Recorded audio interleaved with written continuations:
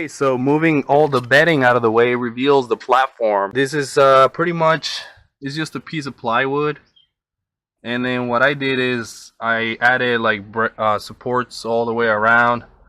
And I put this like faux wood grain vinyl covering on top just because I didn't like the way that the plywood looked. But yeah, so what I did is I cut 2 holes, and the first one here gives me access to additional pantry. So stuff keeps very cool down here, regardless of how hot it is outside, even if the car's parked in the sun. So down here I keep the bananas. I had a bunch of more food and fruit in there, tortillas, bread, and yoo-hoo. But anyways, yes, this just goes back on here like that. And then here's this other one. You take it off and that reveals where I keep my clothes and everything else. I don't have as much clothes, and as you can see, the lighting spreads throughout, and the reason why I wanted it that way is because that way if I open this at night, I don't want to be searching for a flashlight. I can just open it and I have, you know, enough light in here to see what's going on. I use rubber bands to keep my lotion and deodorant, but yeah, there's 2 containers.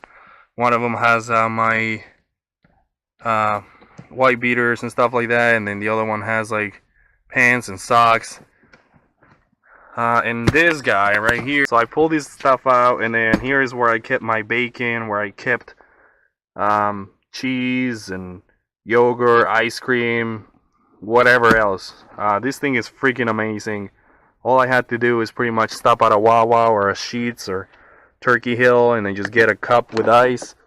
Normally those places don't charge you for that, so you know, once I had the cup of ice, that was good to go.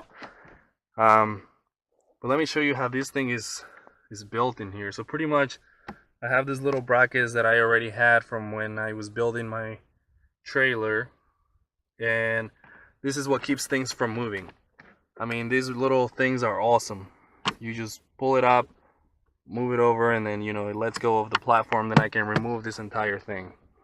And then now you can see this has revealed the 2x4s that I used.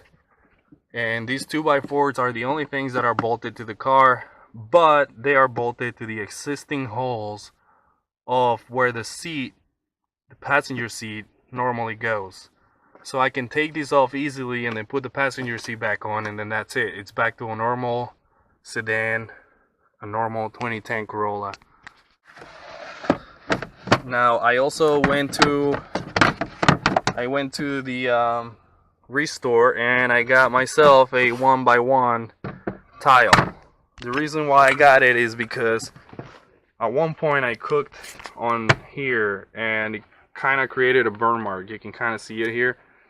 Because this is vinyl, the little stove gets pretty hot at the bottom. It just heats up, and it started kind of like melting this. So then I got this guy just in case. And actually on my trip I did cook on here a couple of times where I didn't want to go all the way to the back and set all that stuff up, you know. I just pretty much put the stove here, open my windows, and I was able to cook here.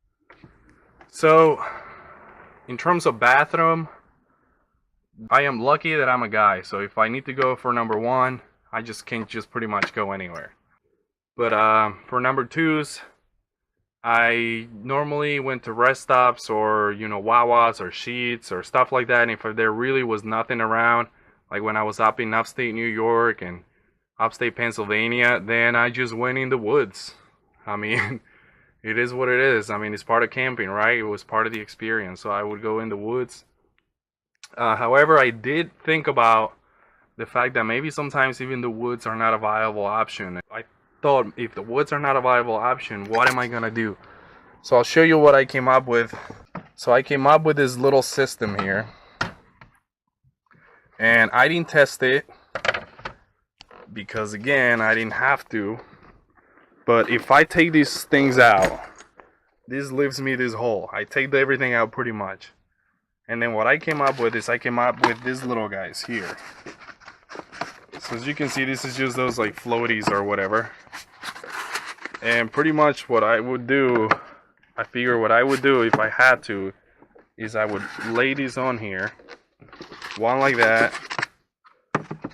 one like that, and then just pretty much put in plastic bags in here. Like imagine putting plastic bags, and then I would just sit on this, put my feet in here, sit on this, and go to town. Now, I was lucky enough that I didn't have to use this at all.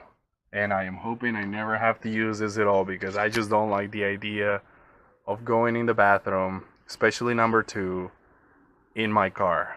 I don't know, just to me it's taboo, I guess. But if I really was in a pinch and I really had to go, this is the setup that I would use.